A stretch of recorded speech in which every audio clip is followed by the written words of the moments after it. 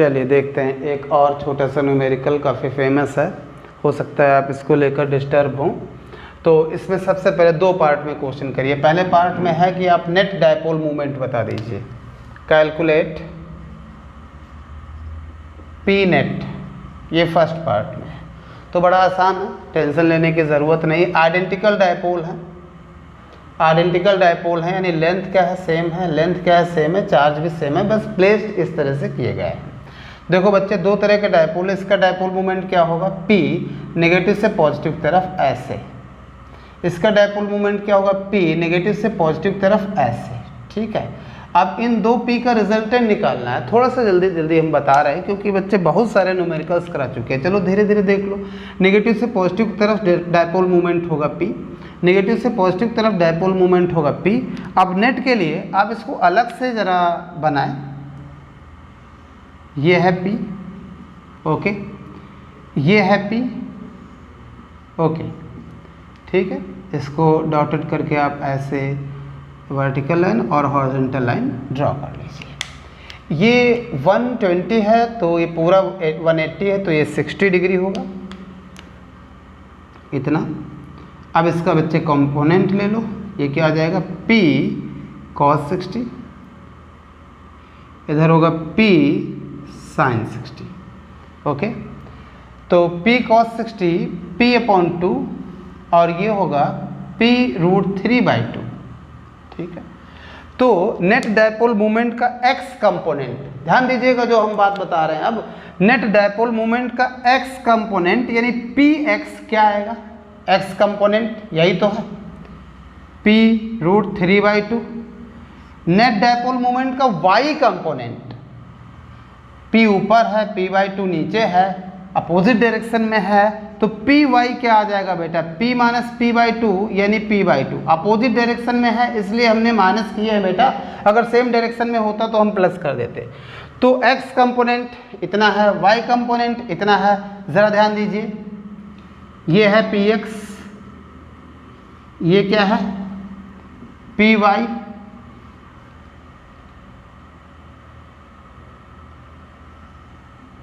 अलग बनाते हैं इधर, नहीं तो दिखेगा नहीं, बोर्ड छोटा है। ये है Px, ये क्या है Py, चलो Py Px, पैरेललोग्राम कंप्लीट करो। बताओ P नेट क्या आ रहा है भाई, P नेट तो इतना Py है तो ये भी तो बेटा Py ही होगा। देखो P नेट क्या, पाइथागोरस थ्योरम में लगा दो, ये P नेट है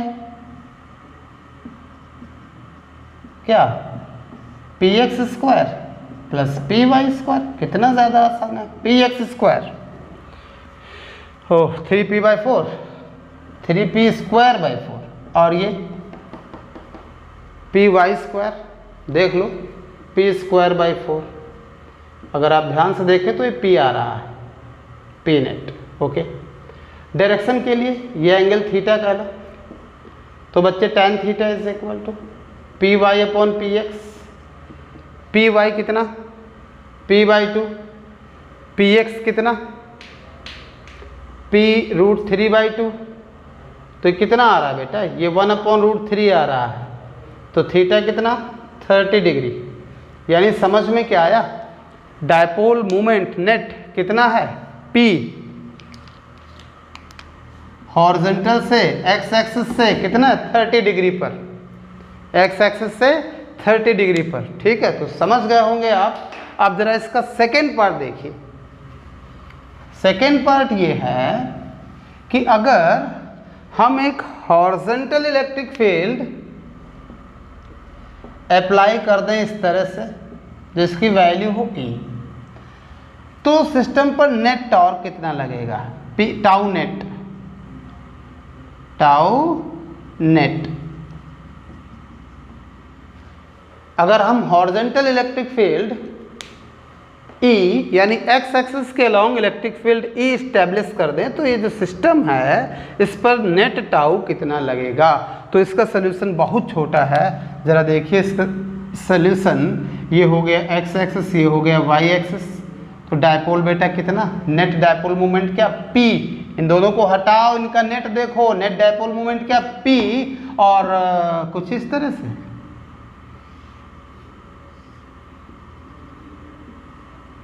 डायपोल मोमेंट का डायरेक्शन क्या है, हॉरिजॉन्टल से थीटा एंगल, थीटा मतलब 30 डिग्री पर, यही तो आया है। देखो नेट डायपोल मोमेंट P है और हॉरिजॉन्टल यानी एक्स एक्सिस से कितने एंगल पर, 30 डिग्री के एंगल पर। अरे यार, नेट डायपोल मोमेंट P है, इस लाइन से, ये लाइन कौन सी, हॉरिजॉन्टल लाइन से थीटा एंगल पर यानी 30 डिग्री एंगल पर।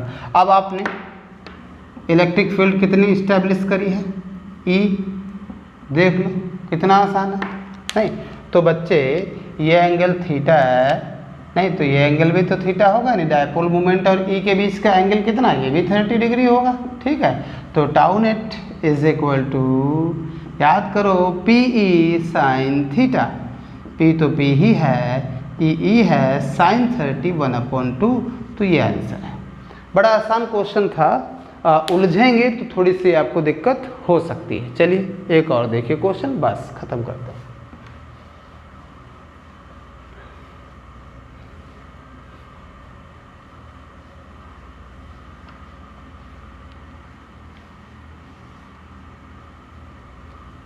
एक क्वेश्चन पूछा गया है हमसे, इसलिए वो बच्चे हम डिस्कस करने जा रहे हैं। कूलम्स लॉ से रिलेटेड है, ग्राफ से रिलेटेड।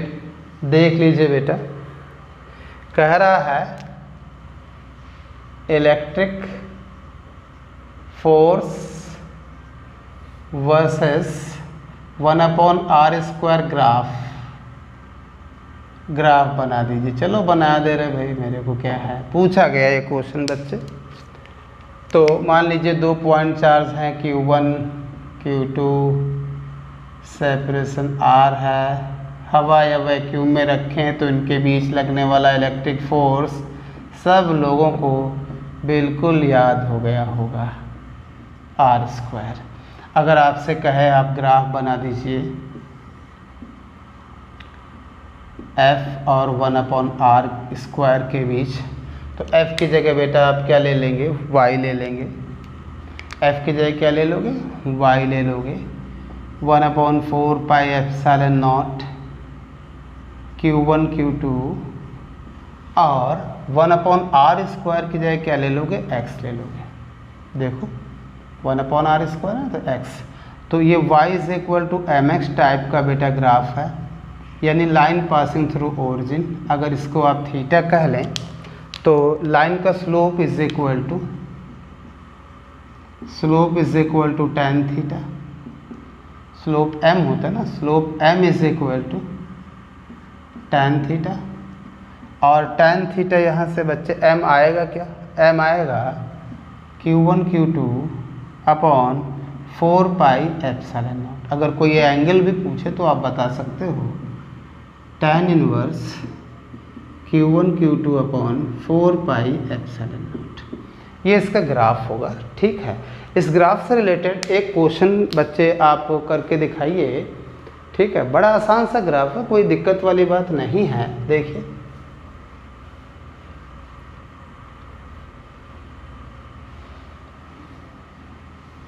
दो बेटा चार्ज सिस्टम दिए हैं, 1 2 और 2 -3। चलो मैंने बुक का डेटा लिया है।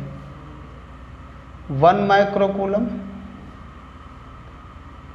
2 माइक्रोकूलम, 2 माइक्रोकूलम, -3 माइक्रोकूलम। ठीक है, सेपरेशन R कह लीजिए, सेपरेशन R कह लीजिए। ठीक है, तो इसके बीच जो फोर्स लगेगा वो रिपल्सिव फोर्स लगेगा, रिपल्सन का फोर्स लगेगा क्या, 1/4 pi epsilon not Q1 Q2, यानी 1 × 10⁻⁻6, मैंने कूलम में बदला, 2 × 10⁻⁻6 अपॉन r², यानी F is equal to 2 × 10⁻12 upon 4 pi epsilon naught 1/r²। इधर देखो बेटा, इसके बीच जो फोर्स लगेगा वो अट्रैक्शन का लगेगा। क्यों, क्योंकि प्लस माइनस, एक पर पॉजिटिव एक पर नेगेटिव, तो 1/4 pi epsilon naught 2 × 10⁻⁻6 3 × 10⁻⁶ upon r square. तो f is equal to 1/4 pi epsilon naught, कितना आ रहा है बच्चे 6 × 10⁻⁻12 1/r स्क्वायर। देखो बच्चे, अगर यही हम वेक्टर फॉर्म में लिखते तो इन चार्जेस का साइन भी लेते, ये प्लस में लेते, ये माइनस में लेते। अब अगर हमसे कोई कहे ग्राफ ड्रॉ करिए 1/r स्क्वायर और फोर्स के बीच, ज़रा देखो इसको ड्रॉ कर लेते। f की जगह y, क्योंकि इधर तो हमेशा हम y ही लेते थे। 1/r स्क्वायर की जगह क्या x, तो 2 × 10⁻12 4 पाई एप्सिलॉन नॉट x है। तो ये देखो y is equal to mx type का है। बोलो बेटा, ये आप ऐसे लेंगे, इस एंगल को थीटा कह लीजिए। तो इस लाइन का स्लोप कितना होगा, इसका स्लोप आप m1 कह लीजिए। तो m1 is equal to tan theta, और वो होगा क्या, कंपेयर कर दो, क्या 2 × 10⁻12 upon 4 pi epsilon not. Okay, देखो बेटा, अब देखो अगर इसको भी प्लॉट करेंगे, इधर ही प्लॉट कर देंगे तब तो दिक्कत है बच्चे। ज़रा देखो बच्चे, अब ध्यान से, चार्जेस का प्रोडक्ट यहाँ पर लिया गया है, वो पॉजिटिव है। ये तो 1/r स्क्वायर तो हमेशा पॉजिटिव, तो चार्जेस का प्रोडक्ट पॉजिटिव, 1/r स्क्वायर भी हमेशा पॉजिटिव, तो ये तो फर्स्ट क्वाड्रेंट में ग्राफ जाएगा क्योंकि दोनों पॉजिटिव। यहाँ चार्जेस का प्रोडक्ट क्या है, नेगेटिव है। क्या है, नेगेटिव है। तो इसको अगर आप माइनस साइन के साथ लेते, अगर वेक्टर फॉर्म में लिखते तो माइनस साइन के साथ लिखते, अगर वेक्टर फॉर्म में लिखते तो बच्चे ये क्या आ जाता, f नेगेटिव आ जाता नहीं, और r स्क्वायर पॉजिटिव, तो ये ऐसे आता है। f नेगेटिव मतलब नीचे की तरफ। वैसे भी याद रखिएगा बच्चे, repulsive force, repulsion means force क्या, पॉजिटिव, और अट्रैक्शन, ये कन्वेंशन याद रखिएगा, फोर्स कैसा, नेगेटिव। ठीक है, तो इसमें रिपल्सन लगेगा, फोर्स भी पॉजिटिव होना है, r स्क्वायर तो पॉजिटिव है, ये तो फर्स्ट क्वाड्रेंट में। इसमें अट्रैक्शन लगना है, तो फोर्स अट्रैक्शन तो फोर्स नेगेटिव, और r स्क्वायर तो पॉजिटिव, तो इसमें जाएगा। ठीक है, खैर अगर इसको हम थीटा मान चुके हैं, फाई कह लें, और फिर इसमें देखें फोर्स तो y एक्सिस की जगह है 6 × 10⁻12 अपॉन 4 पाई एप्सिलॉन नॉट, क्या बच्चे, x, 1/r स्क्वायर की जगह x। तो इससे स्लोप क्या आ रहा है, इससे स्लोप बच्चे क्या आ रहा है, इस लाइन का स्लोप m2 कह लीजिए, तो स्लोप क्या आएगा, tan phi, और बेटा वो कितना आएगा, y is equal to m2x से अगर आप कंपेयर करें तो क्या आ जाएगा, 6 × 10⁻12 अपॉन 4 पाई एप्सिलॉन नॉट। अगर स्लोप्स हम कंपेयर करें तो m2/m1 अगर निकालें, m2/m1, m1 की वैल्यू ये है, m2 की वैल्यू ये है, अगर डिवाइड करें तो सब कुछ कैंसिल हो जाएगा, ये 3 आएगा।